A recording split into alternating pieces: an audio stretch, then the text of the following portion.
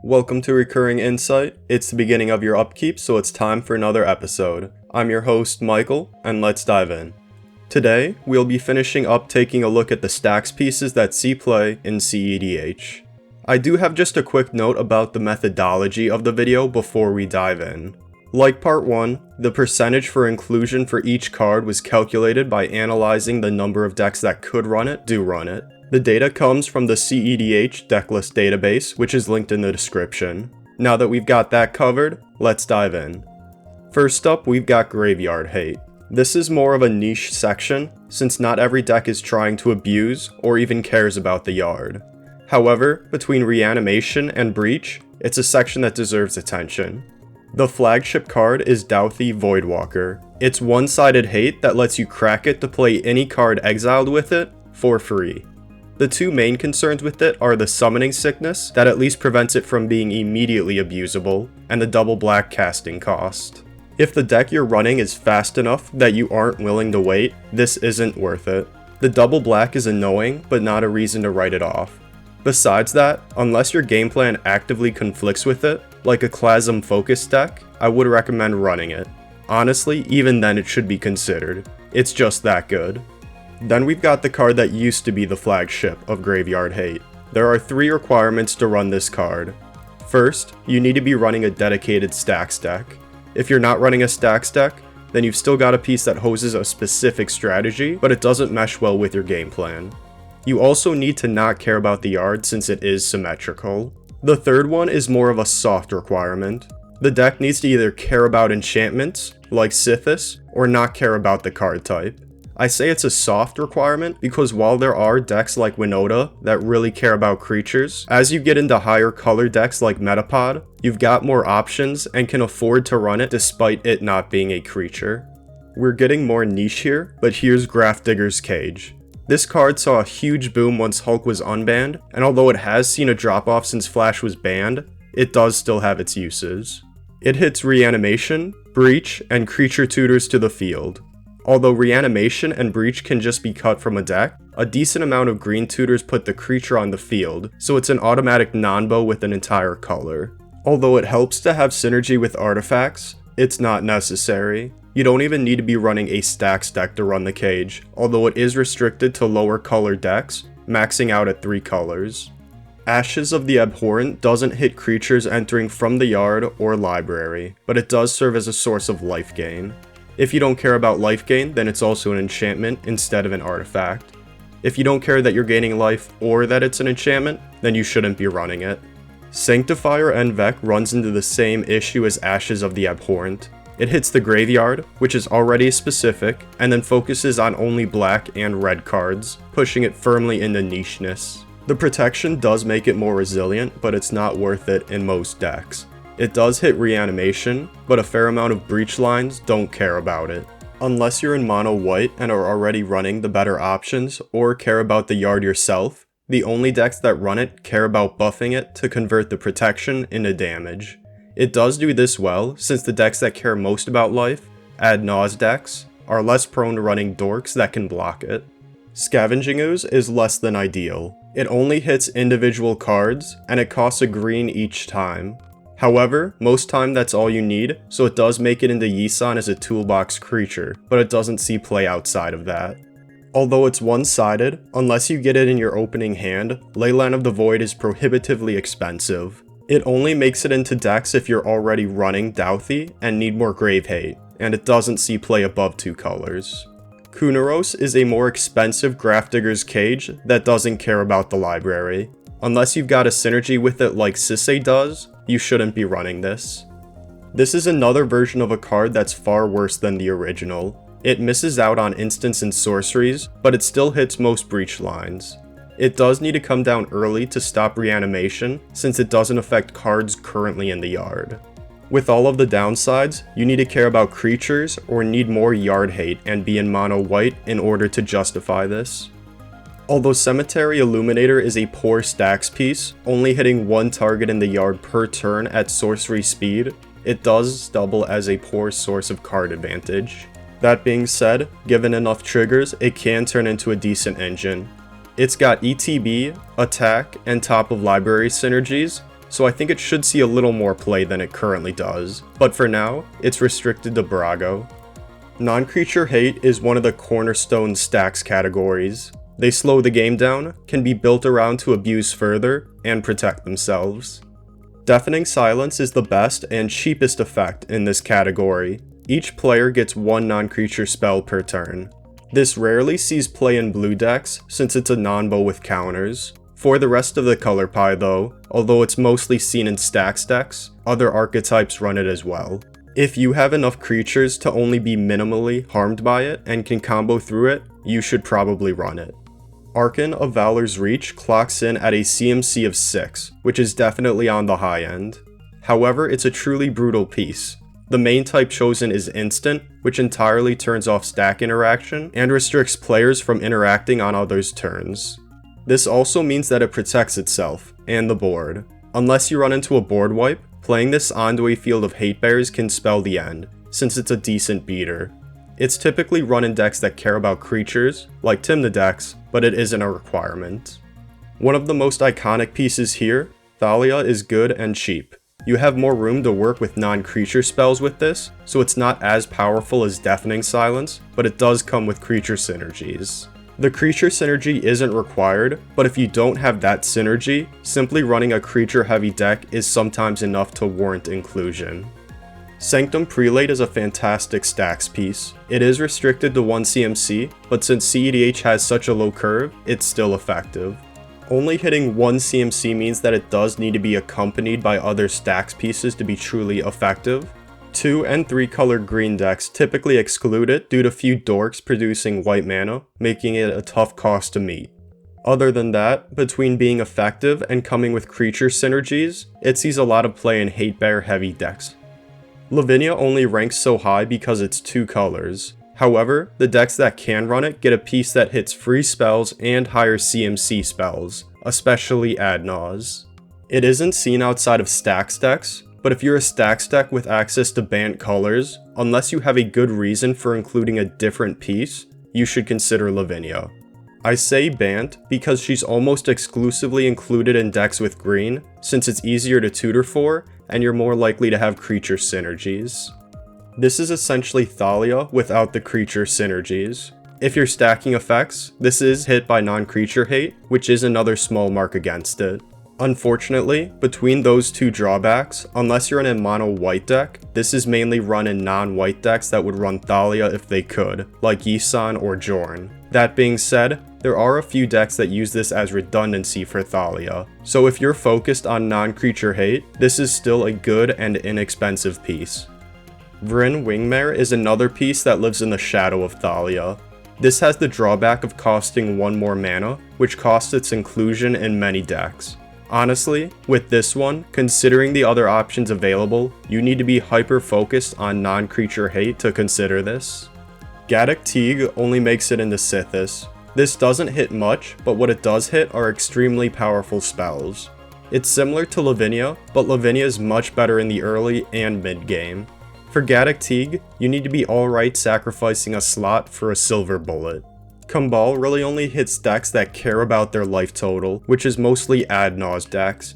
For that reason, it's exclusively run in a Tymna Crom variant that leans hard into hate bears. It may fit into other decks that can turn creatures into card draw, but in Commander, life is normally not the resource players are concerned about. Azor, the Lawbringer, is a powerful piece that pushes a lot of combos back a turn. It's also a source of card draw, but the 6 CMC is an expensive price tag when Archon of Valor's Reach also clocks in at 6 mana. It's only run in a Grand Arbiter deck, since the Arbiter makes this cost just 4 mana, but unless you have a commander that can easily abuse it or produce enough mana to cast it comfortably, you shouldn't run this. Honestly, even then, unless the ability has an additional clause that causes this specific card to benefit from it, there are better options. Dovin, Hand of Control, sees way less play than I would have expected. For Staxy decks that are too dependent on non-creature spells to run Thalia, paying 1 more mana makes that effect one-sided. It doesn't hit enchantments, but that's the least played non-creature card type. The main issue is with protecting it. Although Dovin's -1 protects him, he's still a planeswalker that's vulnerable to combat damage, which is why he sees so little play. if you have enough creatures to protect him, you may be able to play symmetrical options. This means that it fits into a specific niche for decks that want the effect. You need to have enough non-creature spells that need the effect to be one-sided, but enough creatures that you can protect him. Glowrider is in the same position as Vryn Wingmare, but it loses flying, which is a surprisingly big deal since it loses a lot of combat synergy. It only makes it into Winota because it triggers her. This section contains, in my opinion, the most potent Stax pieces available. They don't see the most play since few decks can play around them, but when they do come out, they must be answered. Archon of Emeria is by far the best version of the effect. It's Rule of Law on a body and comes with non-basic land hate. Between fetches and just non-basic lands, it's a brutal piece. Aethersworn Canonist is not only the cheapest effect, but it has artifact and creature synergies. Between the two, this is typically the second choice for Stax decks. For an additional mana, you can hit artifacts. Unless you're only running Aethersworn Canonist because it doesn't hit artifacts, this should be included in the same decks as Aethersworn Canonist. Rule of Law is the most iconic piece here, but functionally Arcane Laboratory is the same card. It does get hit by Pyroblast and Red Elemental Blast, so Rule of Law gets priority when available, but they do the same thing. These only make it in for redundancy or if the deck doesn't care about creatures. I didn't mention the types of decks that these could be run in, because unless your game plan or combo relies on casting multiple spells, you should consider running these. They don't see much play in blue Stax decks because they hit counter spells hard, but for any other color, they're a great option. Damping Sphere is the softer version of these cards. It's a Rule of Law effect for decks that are in the wrong colors, or for decks that don't want to run an actual Rule of Law effect. ETBs aren't overly common in cEDH, but the few that do make it in are powerful and difficult to interact with, since removal won't do the trick. Since blue decks have counter magic, this section is seen in non-blue decks. Hushbringer is by far the best at the job, since it also hits death triggers. It isn't often relevant, but it is a plus. It also comes with creature synergies, which with its mana cost, puts it ahead of the competition. Torpor Orb makes it into decks with artifact synergies, and decks that would run Hushbringer if they had access to white, and didn't care about the creature synergies. Unfortunately, the creature synergies were the reason Hushbringer made the cut in a lot of decks, which leaves this rarely seeing play. Hushwing Gryff comes with Flash, which allows you to blank an ETB after the spell hits the stack. The mana cost is a significant mark against it though, and it only sees play in decks that are already running Hushbringer for redundancy. Strict Proctor is in a worse position than Hushwing Gryff. Being able to ignore the effect by paying 2 mana isn't insignificant, but it can be played around without being removed, so unless you've already got the other options in the deck, this shouldn't be on your radar. Taxes is one of the first things that come to mind when you think of Stax, and for good reason. The 4K solution, the original Stax deck, was designed to fight back against an aggro deck that abused free spells, in part by taxing them. Trinisphere is one of the best, even though it doesn't technically tax. Taxes can be cheated with cost reducers, but this ensures that no matter what, players must pay at least 3 mana for their spells. This is extremely effective against cEDH in general, considering the lower curve, but it does hit artifacts and counters extremely hard. For that reason, it rarely makes it into blue decks. Yes, Urza can abuse it, and Derevi can generate mana to get around it, but for the most part, if you're a white Stax deck, unless you're committed to hate bears, this should be one of the first considered. It also sees play in some low color decks, as anti-interaction tech. The Arbiter sees very little play, considering its ramp and a one-sided sphere of resistance. The main drawback is the high mana value, so you need a good reason to run it. Currently, the decks that run it either have a strong creature synergy, or a game plan that encourages investing heavily into both heavy ramp and tax effects. Up next is Sphere of Resistance, which is cheap and fair. It's so cheap and fair that the only decks that run it either abuse it by generating massive amounts of mana, or by avoiding casting spells, like Oswald and Yisan. Godpharaoh's statue is extremely powerful, but comes with a prohibitively high CMC. Unless you can cheat it out like Oswald can, you shouldn't run it. Lodestone Golem taxes everything except artifacts, which would normally open up quite a few doors. Unfortunately, it bears the heavy load of 4 CMC, so it currently only makes it into Oswald since it can be cheated out. It doesn't even make it into Urza, which can tap it for mana and revolves around artifacts, which should be considered before you include it. Despite offering the best tax rate for the cost, Nether Void sees very little play. You need to be able to cheat things into play regularly, or need to be able to generate enough mana that you're alright paying the additional 3. It currently only makes it into Nath. Up next, we've got pieces that focus on keeping permanents tapped. These are some of the most potent pieces in the Stax arsenal, but they're not the easiest to break parity on. Tanglewire is the exception, and it sees the most play. Although investing into the board will mean you have more permanents to tap the Tanglewire, its controller naturally breaks parity on it since the fading counter is removed before it triggers for them. Most prevalent in lower color decks, it does still see play in higher color builds. It's included in decks that can abuse the ETB to keep fading counters on it, decks that have some sort of other synergy with it, and Stax decks that can break parity on it in the early game. Although it does maintain its usefulness into the mid and late game, it's definitely at its best in the beginning turns of the game. Possibly one of the most brutal Stax pieces, seeing this played while tapped out is a terrible feeling. Honestly, it's strong enough that as long as you can break parity on it without needing to do too much extra work, you should consider running it, because odds are your opponents won't be able to. Winter Orb is similar, but at least allows one land to be untapped and all your non-land permanents. Although you could break even on it by ramping on a level comparable to your opponents, odds are the Stax deck isn't going to outrace the other decks in the pod. Instead, it's almost exclusively included in decks that can abuse it, like Jorn. It does make it into Derevi, but mana isn't typically a problem for Derevi. If you give Winter Orb some steroids and point it to a gym, it's going to come out as Static Orb. Unlike Winter Orb, outramping it is not going to cut it. In order for this to be run, you've got to be able to abuse it, like Urza. If you don't have a hand, you're going to have a hard time playing the game, let alone winning. The pieces in this section are designed to attack your hand. Oppression is by far the best in the business. Triggering whenever a spell is cast, this is the piece that is going to hit your opponents the hardest. Sadistic Hypnotist lets you crack a creature to hit a player for 2 cards. Due to the high CMC, it's only seen in Nath as a combo piece. However, if you can afford to fuel it, it's a great way to shred your opponent's hands.